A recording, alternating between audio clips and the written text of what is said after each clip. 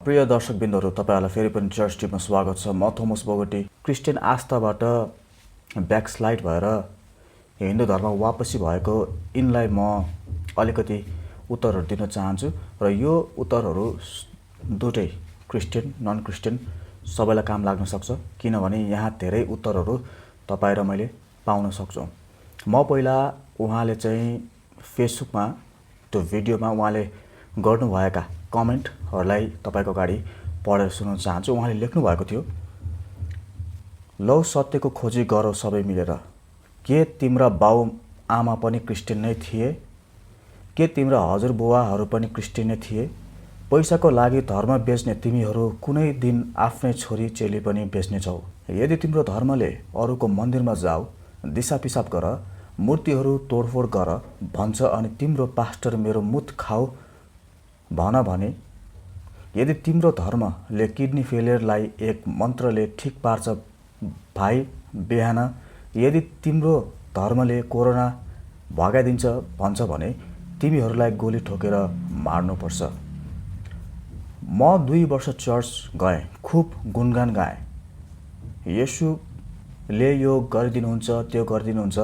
तर जब मलाई बिस्तारै चेत आउन थाल्यो तब आफूले धेरै ठुलो गल्ती गरी रहेको अनुभव भयो। त्यसपछि बाइबल जलाए, पुरानो करार नयाँ करार एल्बमहरू सब जलाए अनि भगवानसँग माफी मागे आफूले गरेको गल्तीको निमित्त। भन्ने कुराहरू धेरै छन्, तर भेडाहरू बुझ्दैनन्। एकचोटि आफै आफ्नो आत्मालाई साक्षी राखेर सोध, के पायौ तिमीले क्रिस्चियन बनेर? नम्बर 1, के तिम्रा सान्दारालाबा मन्त्रहरूले तपाईको जीवनमा रियली चेन्ज आयो? के तपाईलाई येशूले भूकम्प आउँदा उठेर बारेको पाटामा पुर्याइदियो?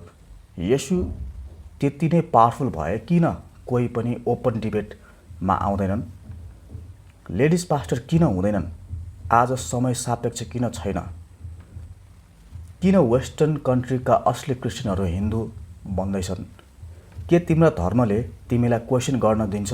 एकचोटि मनन गर, रिक्वेस्ट गर्दैछु तपाईलाई। गल्ती सबबाट हुन्छ, तर हावाको महल बनाएर बस्न मिल्दैन। मिसलिड गरेर तिमीहरू स्वर्ग त त्यस्तै हो, नर्क पक्का जानेछौ। Please watch this video and open your eyes. एक क्रिस्चियनको मुखबाट सुन्नुहोस् एकचोटि यो भिडियो हेरेर। एकदम फेयर कम्प्यारिजन गरेको छ अनि आफ्नो आत्मालाई सोध, के तिमीले गरिराखेको काम सही छ, के उचित छ? उहाँले सोध्नु भएको पहिलो नम्बरको उत्तर दिन चाहन्छु, के तिम्रा सान्दारालाबा मन्त्रहरूले तपाईको जीवनमा रियली चेन्ज आयो? सबैभन्दा पहिला म उहाँलाई बताउन चाहन्छु कि जुन कुरा उहाँले गरिरहनु भएको छ, यहाँ चाहिँ उहाँले चाहिँ टङ्ग्सको विषयमा गरिरहनु भएको छ, गलसियाको विषयमा गरिरहनु भएको छ, जुन चाहिँ अङ्ग्रेजी अथवा ग्रिक अथवा हिब्रूमा यसलाई चाहिँ एउटा भाषा भन्न गरिएको छ। र म तपाईलाई बताउन चाहन्छु कि अन्य भाषा एक प्रकारको मन्त्र होइन, तर यो एक प्रकारको भाषा हो। तपाईँ र मैले यो बुझ्नु आवश्यक छ। येशू प्रभुले पनि मर्कुस 16 मा चाहिँ भन्नुभयो कि तिनीहरूले अन्य भाषाहरूमा बोल्नेछन्, नयाँ भाषाहरूमा बोल्नेछन् भन्दा यो एउटा चिन्ह हो जसले देखाउँछ कि कुनै एउटा व्यक्ति क्रिस्टमा आइसकेपछि उसको जीवन परिवर्तन भएको छ। पहिला उसलाई यो भाषा बोल्न आउँदैन थियो, तर अब अहिले उसलाई यो भाषा बोल्न आउँछ। तर अन्य भाषाको विषयमा बाइबल क्लियरली हामीलाई बताउँदछ कि सबैजनाले अन्य भाषा बोल्दैन, किनकि पावलले यो प्रश्न सोध्नु भएको छ कि सबैजनाले अन्य भाषा बोल्छन् त बोल्दैनन्।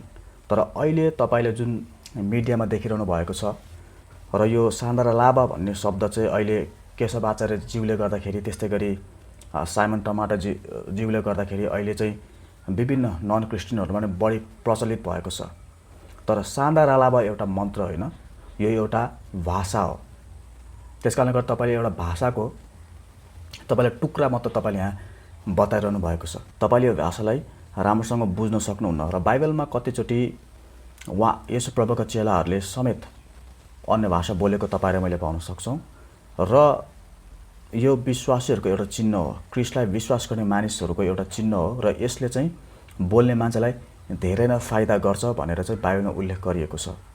यदि तपाईले अझै बढी अन्य भाषाको विषयमा जान्न चाहनुहुन्छ भने तपाईले इन्टरनेटमा गएर यसको अध्ययन गर्न सक्नुहुन्छ र यसको सम्बन्धी संसारभरि धेरै अनुसन्धानहरू पनि गरिएको थियो र कतिचोटि अन्य भाषा चाहिँ के हुन्छ भन्दाखेरि मानिसहरूको भाषा हुन्छ, हाम्रो छरछिमेकीहरूको भाषा हुनसक्छ, विभिन्न देशहरूको भाषा हुनसक्छ, तर कतिचोटि भाषा चाहिँ कुनै पनि मानिसहरूसँग मिल्दैन। यो चाहिँ एउटा स्वर्गीय भाषा पनि हुनसक्छ जुन चाहिँ तपाईँ र मैले बुझ्दैन र त्यसको लागि चाहिँ हामीलाई उल्था गर्नको लागि, अनुवाद गर्नको लागि तपाईँ र मैले शक्ति माग्नुपर्छ भनेर बाइबलमा उल्लेख गरिएको छ। त्यसकारणले गर्दाखेरि यो कुनै एउटा मन्त्र होइन, तपाईँ अलिकति स्पष्ट हुनुहोस्, यो चाहिँ एउटा भाषा हो। अर्को तपाईँले सोध्नु भएको छ कि तपाईँलाई येशूले भूकम्प आउँदा उठेर बारीको पाटामा पुर्याइदियो। तपाईँले भूकम्प भन्दाखेरि एउटा डिस्ट्रक्सनको बारेमा कुरा गरिरहनु भएको छ, एउटा प्रकोपको बारेमा कुराकानी गरिरहनु भएको छ। र तपाईँलाई म बताउन चाहन्छु कि जुन दृष्टिकोण तपाईँको छ कि यदि परमेश्वर भइदिएको भए किन चाहिँ संसारमा अनिकाल आउँथ्यो, किन संसारमा चाहिँ प्रकोपहरू आउँथ्यो भन्ने प्रश्न तपाईँले यहाँ मलाई उठाइरहनु भएको छ। र भूकम्प आउँदा किन चाहिँ क्रिस्चियनहरू बचाइएनन् भन्ने प्रश्नको उत्तर पनि तपाईँले यहाँ सोध्न प्रयास गरिरहनु भएको छ। म तपाईँलाई बताउन चाहन्छु कि यदि तपाईँले उत्पत्तिको पुस्तकको, जुन बाइबलको पहिलो पुस्तक हो, त्यहाँदेखि नै तपाईँले चाहिँ विभिन्न प्रकारका यी नेचुरल डिजास्टर्सहरू आएको तपाईँ र मैले पाउन सक्छौँ। तर किन आयो भन्ने कारण पनि त्यहाँ स्पष्ट दिएको छ। जब तपाईँ र मैले कुनै सिद्धान्त तोड्दछौँ, चाहे त प्राकृतिक सिद्धान्त होस्, चाहे त नैतिक सिद्धान्त होस्, चाहे त ईश्वरीय सिद्धान्त नै किन नहोस्, जब तपाईँले हाम्रो जीवनमा राखेका विभिन्न दायराहरूलाई तपाईँ र मैले तोड्दछौँ, तब त्यसले चाहिँ एक प्रकारको इम्ब्यालेन्स ल्याउँछ। र बाइबल अनुसार चाहिँ जुन नेचुरल डिजास्टरहरू छ, यो चाहिँ एक प्रकारको जजमेन्ट हो, एक प्रकारको न्याय हो, जसलाई चाहिँ संसारको कुनै पनि मानिसले रोक्न सक्दैन। यो चाहिँ टोटल्ली परमेश्वरको हातमा हुन्छ। र परमेश्वरले यो गरिरहनु भएको छ किनकि बाइबलले के भन्छ भन्दाखेरि चाहिँ परमेश्वर चाहनुहुन्छ कि मान्छेले बुझुन् कि उनीहरूले गरेको कर्मको, उनीहरूले परमेश्वरको भय नमानेको कारणले गर्दाखेरि यी भइरहेको छ भनेर परमेश्वर देखाउन चाहनुहुन्छ। र धेरै क्रिस्चियनहरू, नन क्रिस्चियनहरू यो दैविक प्रकोपमा मर्ने गर्छन् किनकि परमेश्वर पक्षपात गर्ने हुने परमेश्वर हुनुहुन्न।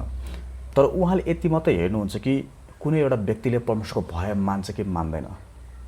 किनकि बाइबलमा तपाईँले स्पष्ट हेर्नुभयो भने कस्ता कस्ता मानिसहरू यस्ता प्रकोपहरूमा पर्छन्, कस्ता कस्ता जमिनहरू, कस्ता कस्ता देशहरू यस्तो प्रकोपमा पर्छन् भनेर बाइबलमा स्पष्ट साथ हामीलाई बताइएको छ। त्यति मात्र होइन, तर विभिन्न प्रकारका नेचुरल डिजास्टर्सहरू एउटा चिन्ह पनि हो, अन्त्यका दिनका चिन्हहरू भनेर हामीलाई बाइबलले बताउँदछ। र त्यसमा भूकम्पको बारेमा मात्र होइन, तर रोग बिमारको बारेमा पनि हामीलाई बताइएको छ, विभिन्न युद्धहरूको बारेमा पनि हामीलाई बताइएको छ, विभिन्न प्रकारका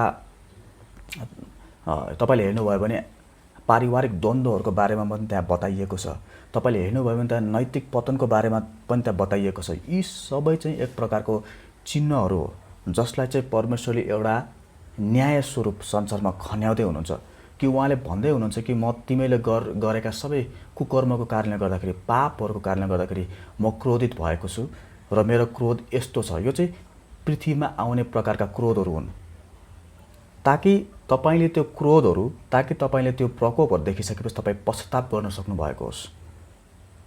परमेश्वरले तपाईँ र मेरो जीवनमा कुनै पनि समस्या आउन दिनुहुन्छ, कुनै पनि देशमा नेचुरल डिजास्टरहरू आउन दिनुहुन्छ, रोग बिमार अनिकालहरू आउन दिनुहुन्छ ताकि मानिसहरूले तिनीहरूको हृदयलाई चाहिँ परमेश्वरतिर फर्काउन्।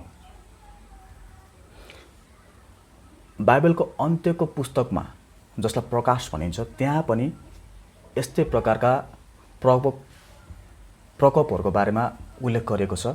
र त्यहाँ भनेको छ कि यति धेरै न्यायका कामहरू भए, यति धेरै क्रोधका कामहरू भए, परमेश्वरले धेरै पटक क्रोध देखाएर, प्रेम देखाएर मानिसहरूलाई फर्काउन चाहनुभयो, तर मानिसहरू अझै पनि परमेश्वरलाई विश्वास गरिराखेनन्, परमेश्वरलाई पछ्याइराखेनन्, परमेश्वरलाई तिनीहरूले चाहिँ अँगाली राखेनन् र आफ्नो कुकर्मबाट उनीहरू फर्किन चाहेनन्। देख्नुभयो, परमेश्वरले पृथ्वीमा हुँदाखेरि नै तपाईँलाई बचाउन धेरै प्रयास गर्नुभएको छ। उहाँले तपाईँलाई प्रेम गरेर होस्, आश्चर्य कर्म गरेर होस्, क्रुसमा टाँगेर होस्, तपाईँको निम्ति आफ्नो प्राण अर्पण गरेर होस्, विभिन्न प्रकारका प्रकोपहरू ल्याएर होस्, हरेक प्रकारले उहाँले तपाईँको हृदयलाई चाहिँ आफूतिर खिचिरहन उहाँले प्रयास गर्नुभएको छ। तर त्यहाँ स्पष्ट साथ भनेका छन् कि अझै पनि मानिसहरूले मूर्ति पूजा गर्न छोडेनन्, मन्त्रतन्त्र गर्न छोडेनन्, उनीहरूले अझै पनि कुकर्मबाट फर्कन चाहेनन्। त्यस कारणले गर्दाखेरि पृथ्वीमा आउने क्रोधबाट होइन, तर अनन्त जुन नरक भनिन्छ त्यो पनि एउटा क्रोधको एउटा लक्षण हो, त्यो पनि एउटा क्रोधको एउटा परिणाम हो।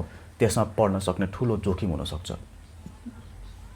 यी सबै चाहिँ परमेश्वरको क्रोधको, परमेश्वरले गर्नुभएको न्यायको सानो परिणामहरू मात्र हो, ताकि त्यसले हामीलाई चाहिँ अनन्तमा रहेको जुन ठुलो परिणामहरू छन्, अनन्त अन्धकारको, अनन्त आगोको, अनन्त धेरै त्यस्ता दण्डहरू छन् जसले हामीलाई अलिकति झल्को मात्र दिन्छ, तर वास्तवमा त्यो होइन। त्यस कारणले गर्दा एउटा जजमेन्ट हो जसले गर्दाखेरि परमेश्वरले तपाईँ र मलाई केही सिकाउन चाहनुहुन्छ। परमेश्वरले हामीलाई प्रेम गरेको कारणले गर्दाखेरि यो भइरहेको छ।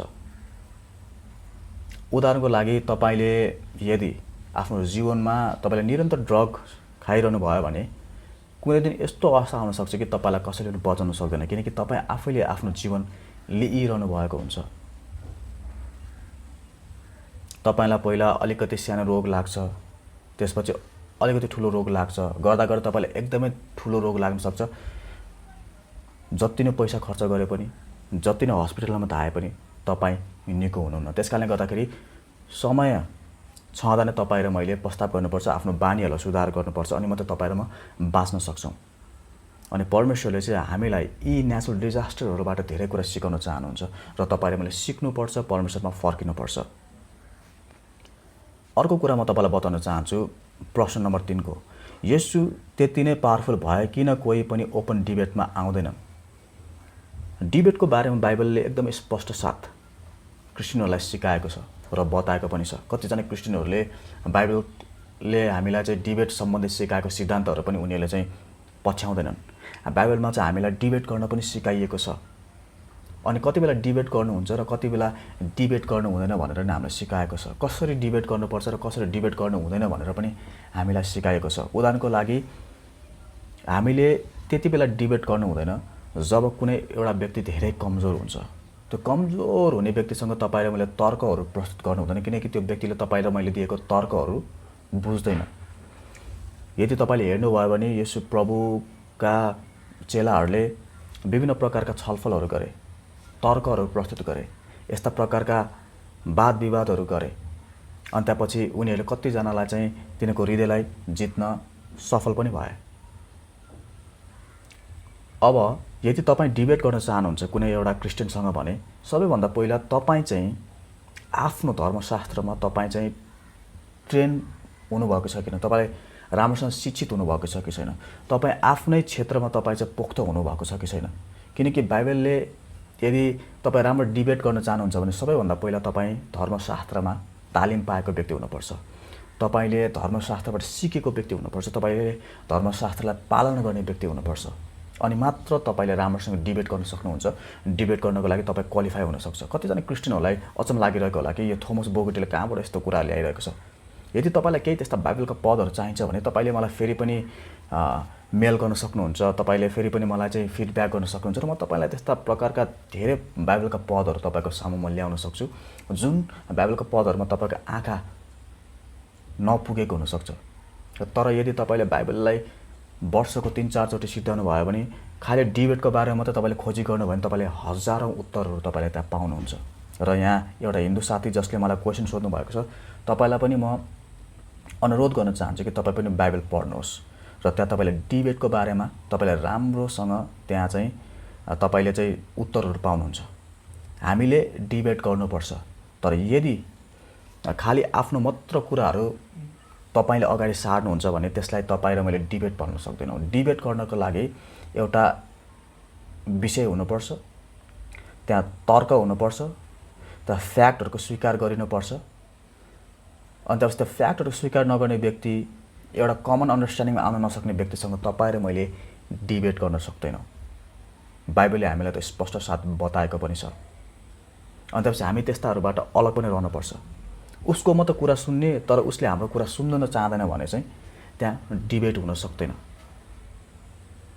त्यहाँ वाद विवाद हुन सक्दैन। उसले मेरो पनि कुरा सुन्नुपर्छ र मैले पनि उसको कुरा सुन्नुपर्छ र के फरक हो, केही सही हो, के चाहिँ दुई एकअर्का मिल्छ त्यसलाई तपाईँ र मैले राम्रोसँग प्रस्तुत गर्न प्रयास गर्नुपर्छ। अहिले युट्युबमा तपाईँका दाजुभाइहरूमध्ये हिन्दू दाजुभाइहरूमध्ये एउटा अलिकति चम्किरहन प्रयास गर्नु भएको छ, तर उहाँलाई राम्रोसँग डिबेट गर्न आउँदैन भन्ने कुरा तपाईँ र मैले राम्रोसँग बुझ्नुपर्छ। किनभने उहाँको एकतर्फी मात्र कुरा छ, उहाँसँग दुईतर्फी कुरा छैन। उहाँले निरन्तर आक्रमण गरिरहनुहुन्छ।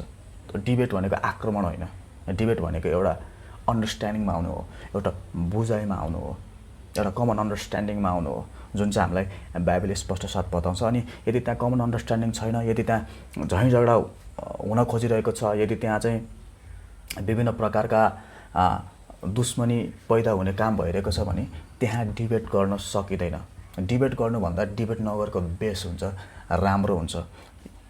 तपाईँले डिबेट गर्न चाहनुहुन्छ भने सबैभन्दा पहिला तपाईँले चाहिँ एउटा मित्रताको भावना लिएर तपाईँले चाहिँ डिबेट गर्न आउनुपर्छ। के सिक्ने भावना लिएर तपाईँले डिबेट गर्न आउनुपर्छ। के तर्कहरू प्रस्तुत गर्ने भावना लिएर तपाईँले चाहिँ डिबेट गर्न आउनुपर्छ। र तपाईँले आफ्नो सब्जेक्टमा बोल्ने सब्जेक्टमा तपाईँ चाहिँ पोख्त हुनुपर्छ, ट्रेन्ड हुनुपर्छ, तपाईँले राम्रोसँग बुझेको हुनुपर्छ। अनि त्यसपछि तपाईँसँग एउटा सतही ज्ञान होइन, तर तपाईँसँग गहिरो ज्ञान हुनुपर्छ र त्यसलाई तपाईँले आफ्नो जीवनमा लागू पनि गरेको हुनुपर्छ। त्यस कारणले गर्दाखेरि तपाईँ ओपन डिबेटको कुरा गर्दाखेरि सबैभन्दा पहिला तपाईँले आफूलाई हेर्नुहोस् कि तपाईँ क्वालिफाई हुनुहुन्छ कि हुनुहुन्न। र यदि तपाईँ क्वालिफाई हुनुहुन्छ भने तपाईँले अप्रोच गर्नुहोस्। र तपाईँको ब्याकग्राउन्ड के हो, के तपाईँले अहिलेसम्म डिबेट गर्ने बानी बसाल्नु भएको छ। यदि तपाईँले डिबेट गर्नुभएको छैन भने म तपाईँलाई कृपया बताउन चाहन्छु कि तपाईँ डिबेट नगर्नुहोस्, ओपन डिबेट नगर्नुहोस्। किनभने तपाईँको डिबेट गर्ने बानी छैन। त्यस कारणले गर्दाखेरि तपाईँले धेरै समस्याहरू त्यहाँ ल्याउन सक्नुहुन्छ। किनभने त्यति बेला तपाईँ कमजोर साबित हुनुहुन्छ। तपाईँले गलत धारणाहरू प्रस्तुत गरिरहनु भएको हुन्छ। अनि जब तपाईँले गलत धारणा प्रस्तुत गर्नुहुन्छ तब त्यति बेला समस्या आउँछ। त्यहाँ तपाईँले धारणा प्रस्तुत गर्ने होइन, डिबेटमा फ्याक्ट, इतिहास तपाईँले प्रस्तुत गर्नुपर्छ। त्यस कारणले गर्दा तपाईँ अलिकति राम्रोसँग तपाईँ प्रिपेयर हुनु होला। तपाईँले डिबेट पहिला गर्नुभएको छैन भने तपाईँ डिबेटमा ओपन डिबेट गरेर तपाईँ च्यालेन्ज नगर्नु होला। र तपाईँ यदि आक्रामक व्यक्ति हुनुहुन्छ भने तपाईँ डिबेटमा पार्टिसिपेट नगर्नु होला। र यदि तपाईँले त कराउनु भयो, त दुश्मनी बढ्यो, मारकाट भयो भने त्यो डिबेट होइन। तपाईँको ईश्वरलाई पनि मारकाट मन पर्दैन। त्यस कारणले गर्दाखेरि डिबेट गर्दा गर्दै त्यहाँ मारकाट भएको छ भन्दाखेरि तपाईँलाई थाहा हुनुपर्छ कि त्यो चाहिँ एउटा शैतानको काम हो। किनकि शैतानले नै चोर्ने, मार्ने र नाश पार्ने काम गर्छ। र तपाईँको डिबेटमा त्यहाँ चोर्ने, मार्ने, नाश काम भइरहेको छ भने तपाईँ र मैले तत्कालै स्टप गर्नुपर्छ। मैले भनेको सतै कुरा मात्र हो, अझै गहिरो कुराहरू धेरै छन्। जुन गहिरो कुराहरूलाई तपाईँले अध्ययन गर्नुभयो भने धेरै सहयोग हुन्छ। अनि त्यसपछि तपाईँलाई फेरि पनि बताउन चाहन्छु कि डिबेटको बारेमा तपाईँले बाइबल अध्ययन गर्नुभयो भने तपाईँले राम्रोसँग डिबेट गर्न पनि सिक्नुहुनेछ। मैले तपाईँलाई भनेको केही त्यस्ता 100%मा तपाईँलाई मैले खालि डिबेटको बारेमा बाइबलीय बाट चाहिँ तपाईँले 1% मात्र बताउन सकेको छु, किनभने समय मसँग धेरै छ। अब म चौथो प्रश्नमा चाहन्छु, लेडिज पास्टर किन हुँदैन? आज समय सापेक्ष किन छैनन्? बाइबलले हामीलाई कहिले पनि लेडिज पास्टर हुँदैन भनेर सिकाएको छैन, लेडिज प्रचारक हुनु हुँदैन भनेर हामीलाई सिकाएको छैन, लेडिज शिक्षक हुनु हुँदैन भनेर हामीलाई सिकाएको छैन, लेडिज अगमवक्ता हुनु हुँदैन भनेर हामीलाई सिकाएको छैन, लेडिज येशू प्रभुको चेलाहरू हुनु हुँदैन भनेर हामीलाई कहिले पनि बाइबलले सिकाउँदैन। कतिपय कुरा मानिसहरूले बनाएको परम्परालाई ध्यान दिन्छन् र त्यस कारणले गर्दाखेरि त्यहाँ ठुलो समस्या आइपुग्छ। अनि कतिचोटि चाहिँ धर्मशास्त्रमा लेखिएका कति त्यस्ता भर्सहरू हुन्छ जसलाई चाहिँ मान्छेहरूले गलत प्रकारले बुझ्दछन् अनि त्यसलाई गलत प्रकारले लागू गर्दछन् अनि समाजमा ठुलो समस्या आउन सक्छ र त्यो समय सापेक्ष नहुन पनि सक्छ। अनि तपाईँले हेर्नुभयो भने तपाईँले चाहिँ त्यस्ता ग्रुपहरूको बारेमा गरिरहनु भएको छ जुन ग्रुपले चाहिँ लेडिजहरूलाई शिक्षा दिन मनाइ गर्छ, लेडिजहरूलाई लिड गर्न दिँदैन, लेडिजहरूलाई पुलपिटमा उभिन दिँदैन, लेडिजहरूलाई पास्टर बन्न दिँदैन, लेडिजहरूलाई चर्चमा खटाउँदैन। त्यस्ता खालको ग्रुपहरूको बारेमा तपाईँले कुराकानी गरिरहेको छ। तर वास्तवमा तपाईँलाई स्पष्ट बताउन चाहन्छु कि अहिले नेपालमा पनि धेरै लेडिज पास्टरहरू हुनुहुन्छ, अहिले संसारमा धेरै लेडिज पास्टरहरू छन्। अनि त्यसपछि धेरै प्रकारका क्रिस्चियन डिनोमिनेसन्सहरू छन्, सम्प्रदायहरू छन्। कतिजना सम्प्रदायहरूले लेडिजहरूलाई त्यो पदहरू दिँदैनन् भने कतिजना त्यस्ता सम्प्रदायहरू छन् जसले चाहिँ लेडिजहरूलाई त्यो पद दिन्छन्। त्यस कारणले गर्दाखेरि तपाईँले जब यहाँ कुराकानी गरिरहनु भएको छ, तपाईँले चाहिँ यहाँ खालि आधा सत्य मात्र कुराकानी गर्नुभएको छ। तपाईँले अर्को दुनियाँलाई तपाईँले इग्नोर गर्नुभएको छ, जहाँ तपाईँले देख्न सक्नुभएको छैन कि लेडिज पास्टरहरू खटाइएको छ, लेडिज प्रचारकहरू खटाइएको छ, लेडिज शिक्षकहरू खटाइएको छ। र बाइबलमा पनि यो कुराहरू प्र्याक्टिस भएको तपाईँ र मैले पाउन सक्छौँ।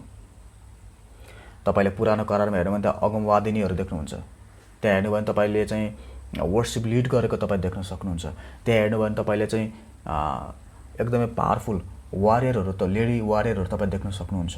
यदि तपाईँले त्यहाँ हेर्नुभयो भने लेडी शिक्षकहरू तपाईँ पाउन सक्नुहुन्छ। र नयाँ करारमा पनि तपाईँले हेर्नुभयो भने त्यहाँ प्रचारक लेडी प्रचारक तपाईँ पाउन सक्नुहुन्छ, जसले चाहिँ हजारौँ मानिसहरूलाई क्रिस्टियसमा ल्याइन्। एउटा सामरी स्त्री थिइन्, जसलाई चाहिँ एउटा हिन्दूको दृष्टिकोणले हेर्ने हो भने उनी चाहिँ अछुत हुन्, र ग्रिक र यहुदीको लागि पनि तिनीहरू अछुत थिए।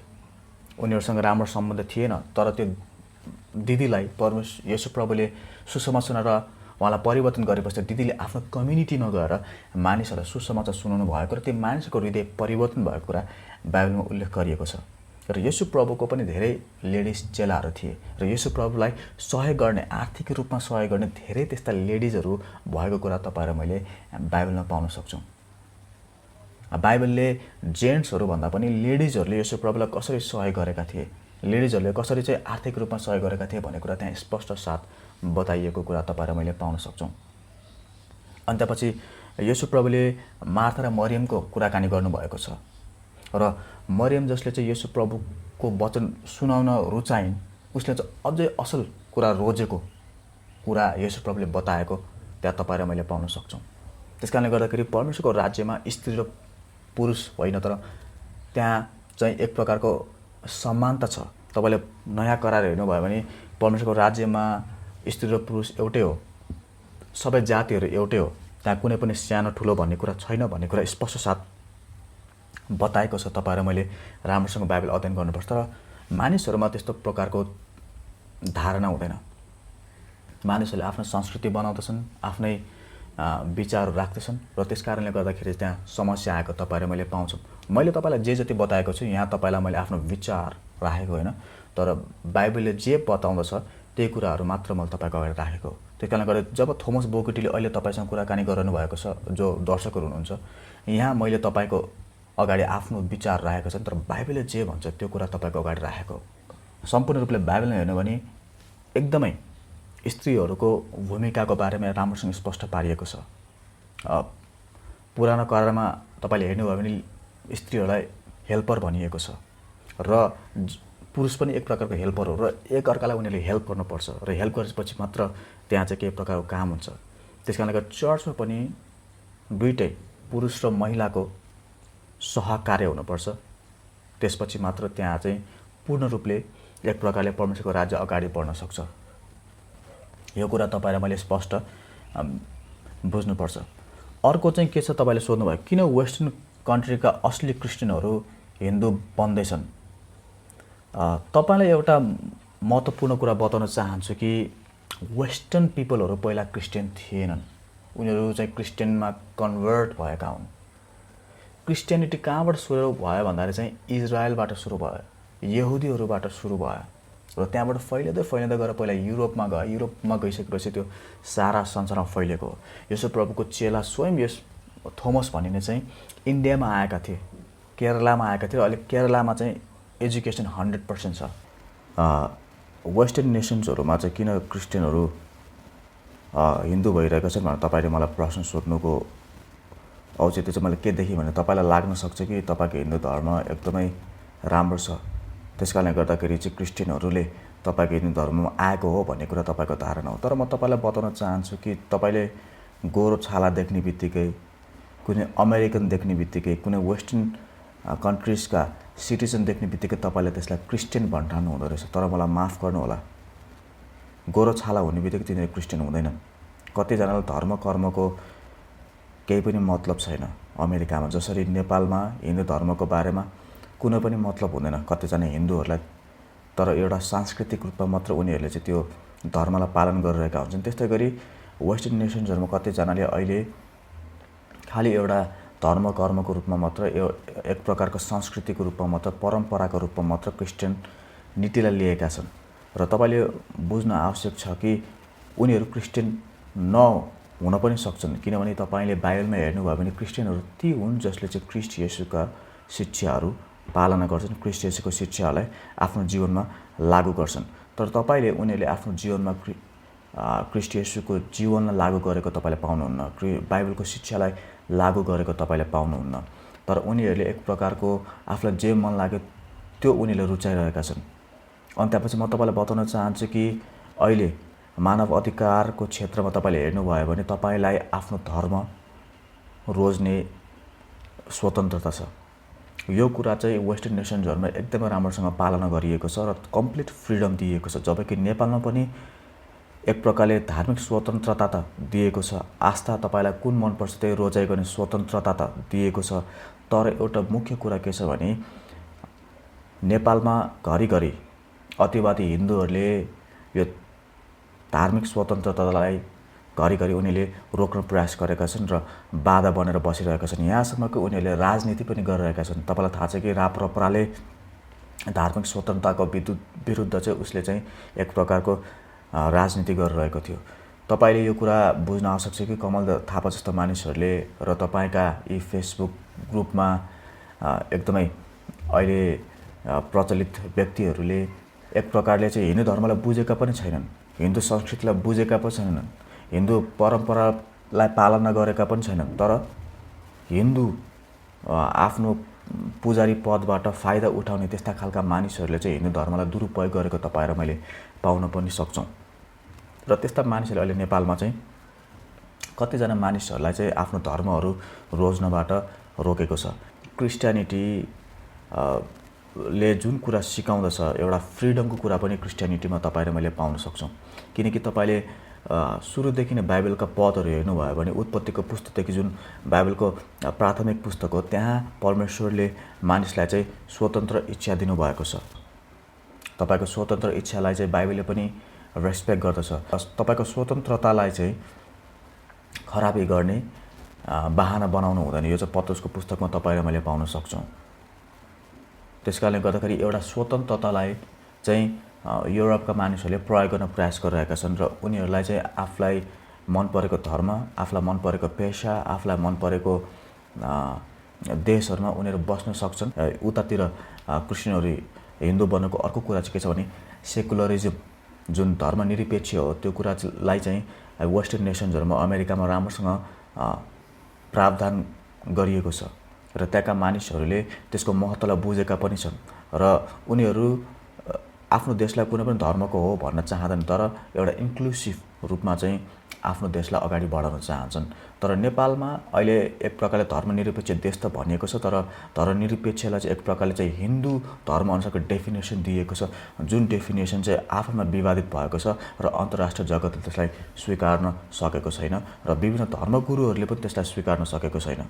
वेस्टर्न नेसन्समा मानिसहरू हिन्दू मात्र बनिरहेका छैनन्, उनीहरू एथिस्ट पनि बनिरहेका छन्, नास्तिक पनि बनिरहेका छन् भनेर भन्न खोजिरहेको छु। उनीहरू स्याटानिक वर्सिपरहरू पनि बनिरहेका छन्। उनीहरू सिधै ईश्वरको पूजाआजा गर्न चाहँदैनन्, तर उनीहरू चाहिँ शैतानको पूजाआजा पनि गर्न चाहन्छन्। त्यसबाहेक उनीहरू साइन्सलाई अगाडि बढाउन चाहन्छन् र साइन्सलाई अगाडि बढाउनको लागि नै सेकुलरिजमलाई त्यहाँ चाहिँ एक प्रकारले चाहिँ प्रावधान दिएको। किन सेकुलरिजमको खास अर्थ भनेको चाहिँ सांसारिकता हो।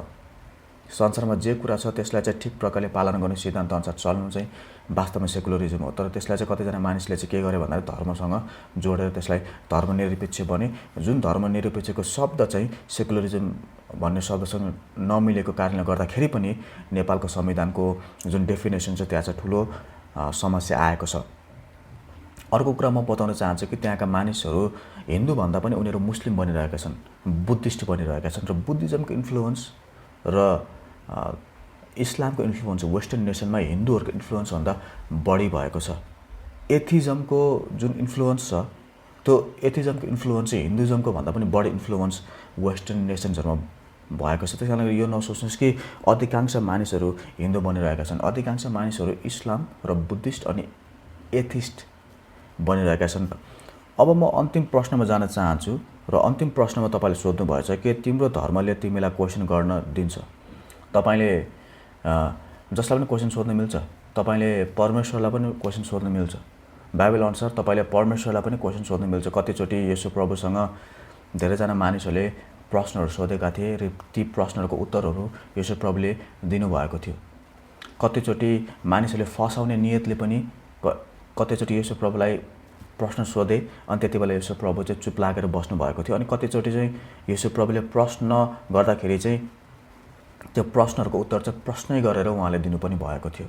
र तपाईँले सबैभन्दा हेर्नुभयो भने चाहिँ पुरानो करारमा उत्पत्तिको पुस्तकमा सबैभन्दा पहिलो एउटा क्वेसन परमेश्वरले मानिसलाई सोध्नु भएको छ र त्यो क्वेसन हो, तिमी कहाँ छौ?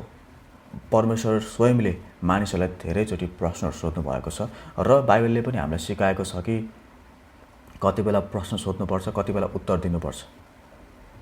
अनि हामीलाई धेरैचोटि हामीले देख्न सक्छौँ कि बाइबलमा कि येशू प्रभुले विभिन्न प्रकारका शिक्षाहरू दिँदाखेरि चेलाहरूले उहाँलाई प्रश्नहरू सोधे अनि येशू प्रभुले उत्तरहरू दिनुभयो। जस्तो कि तपाईँले हेर्नुभयो भने पत्रुसको पुस्तकमा हामीलाई सिधै भनेको छ कि यदि कसैले तिमीहरूको आशको बारेमा प्रश्नहरू सोधे, जान्ने इच्छा गरे भने नम्रतापूर्वक उनीहरूलाई उत्तर देऊ भनेर हामीलाई सिकाइएको छ।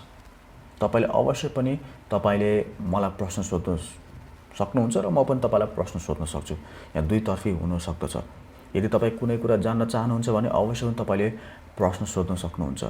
अनि तपाईँ यदि क्रिस्चियनिटीको बारेमा अझै धेरै कुरा जान्न चाहनुहुन्छ भने तपाईँले प्रश्न सोध्न सक्नुहुन्छ। तर तपाईँ एउटा लिसनिङ क्यापेबिलिटी तपाईँमा हुनुपर्छ। यदि तपाईँले प्रश्न सोध्नु भएको छ र तपाईँलाई उत्तर चाहेको छ भने त्यो उत्तर सुन्नको लागि तपाईँलाई चाहिँ एक प्रकारले लिसनिङ स्किल, लिसनिङ सिप, सुन्न सक्ने क्षमता तपाईँमा हुनुपर्छ। यदि तपाईँमा सुन्न सक्ने क्षमता भएन भने चाहिँ तपाईँले प्रश्न गरेको उत्तर नआउन पनि सक्छ। किनभने तपाईँ सुन्नै चाहनुहुन्न, तपाईँ ध्यान दिनै चाहनुहुन्न भने त्यसले तपाईँ र मलाई बाधा दिन सक्छ। हामीलाई प्रश्न सोध्न सक्नुहुन्छ। येशू प्रभुले तपाईँले हेर्नुभयो भने नयाँ करारमा येशू प्रभु जब 12 वर्ष हुनुभयो, उहाँ मन्दिरमा जानुभयो, उहाँले चाहिँ विभिन्न टिचरहरूसँग उहाँले प्रश्नहरू सोधिरहनु भएको थियो र उहाँको प्रश्नहरू सुनेर चाहिँ ती गुरुहरू, ती धर्मगुरुहरू अचम्म मानिरहेको कुराहरू तपाईँले चाहिँ बाइबलमा पाउन सक्नुहुन्छ। त्यसकारणले यो एकदमै महत्त्वपूर्ण छ कि तपाईँले ठिक प्रकारको प्रश्न पनि सोध्नुपर्छ। ठिक प्रकारको प्रश्न सोध्नुभयो भने तपाईँले ठिक प्रकारको उत्तर पनि पाउनुहुन्छ। यदि तपाईँले ठिक प्रकारको प्रश्न सोध्नु भएन, तपाईँको प्रश्नमा खराब नियत छ, तपाईँको प्रश्नमा चाहिँ ठिक प्रकारको चाहिँ प्रेरणा छैन, ठिक प्रकारको चाहिँ मेन्टालिटी छैन भने प्रश्न सोध्नुभन्दा पनि प्रश्न नसोधेको राम्रो। अनि त्यसपछि हामीले यो पनि सिकाइएको छ कि समय र समयमा हरेक समयमा हामीलाई चाहिँ उत्तरहरू दिनको निम्ति हामीलाई तयार बस्छ भनेर हामीलाई बाइबलले सिकाएको छ। त्यस कारणले गर्दाखेरि हामीलाई थाहा छ कि हामीलाई धेरै प्रश्नहरू सोधिन्छ एक क्रिस्चियन बनिसकेपछि। तर त्यो प्रश्न चाहिँ ठिक प्रकारको प्रश्नहरू हुनु पर्यो। हामीलाई यो पनि बताइएको छ कि कतिचोटि क्रिस्चियनहरूलाई सताइनेछ। क्रिस्चियनहरूलाई सताइसकेपछि चाहिँ तिनीहरूलाई धेरै प्रश्नहरू सोधिनेछ। अनि येशू प्रभुले भन्नुभएको चाहिँ कि हामी डराउन पर्ने आवश्यक छैन, किनकि हामीलाई कुनै प्रश्नहरू सोधिसकेपछि हामीले कुन उत्तर दिने भनेर हामीले जान्नुभन्दा अगाडि नै हामीलाई चाहिँ त्यो उत्तरहरू अलरेडी नै तयार हुनेछ, अलरेडी नै हामीलाई दिन आउनेछ भन्ने कुरा त्यहाँ बाइबलमा उल्लेख पनि गरिएको छ। तर कस्तो व्यक्तिलाई त्यो एबिलिटी हुन्छ भन्दाखेरि त्यही व्यक्ति जसले चाहिँ येशू प्रभुलाई ठिक प्रकारले पछ्याएको छ, त्यही व्यक्ति जसले येशू प्रभुको शिक्षालाई चाहिँ पालना गरेको छ, त्यही व्यक्ति जसले चाहिँ बाइबलको कुरालाई निरन्तर आफ्नो जीवनमा लागू गरेको छ, त्यही व्यक्तिले मात्र तपाईँ र मलाई राम्रोसँग उत्तर दिन सक्छ। त्यसकारणले गर्दाखेरि तपाईँले जो पाए त्यही क्रिस्चियनसँग डिबेट गर्न पनि मिलेन, जो पाए त्यही क्रिस्चियनसँग तपाईँले प्रश्न सोध्न पनि मिलेन, जो पाए त्यही क्रिस्चियनहरूसँग तपाईँले सिक्न पनि मिलेन। तपाईँले एउटा नजानेको क्रिस्चियनसँग, प्रभु येशूलाई प्रेमै नगर्ने क्रिस्चियनसँग तपाईँले कुराकानी गर्नुभयो र तपाईँले प्रभु येशूलाई प्रेम गर्ने, बाइबलको कुराहरू आफ्नो जीवनमा लागू गर्ने मान्छेसँग तपाईँले प्रश्नहरू सोध्नुभयो, वाद विवादहरू गर्नुभयो भने यी दुईजनाले तपाईँलाई दिने उत्तरहरू निकै फरक हुन्छ। सुरुदेखि अन्त्यसम्म यो भिडियो हेरिदिनु भएको लागि तपाईँहरूलाई धन्यवाद। तपाईँहरूले यो च्यानल सब्सक्राइब गर्नुहोस्, लाइक गर्नुहोस्, सेयर गर्नुहोस् र अझै धेरै प्रश्नहरू छ भने तपाईँले सोध्नुहोस्, कमेन्ट सेक्सनमा तपाईँले लेखेर पठाउनुहोस् अथवा तपाईँले मेसेज पनि गरेर मलाई पठाउन सक्नुहुन्छ। धन्यवाद। परमेश्वरले तपाईँहरूलाई आशिष दिनुभएको होस्।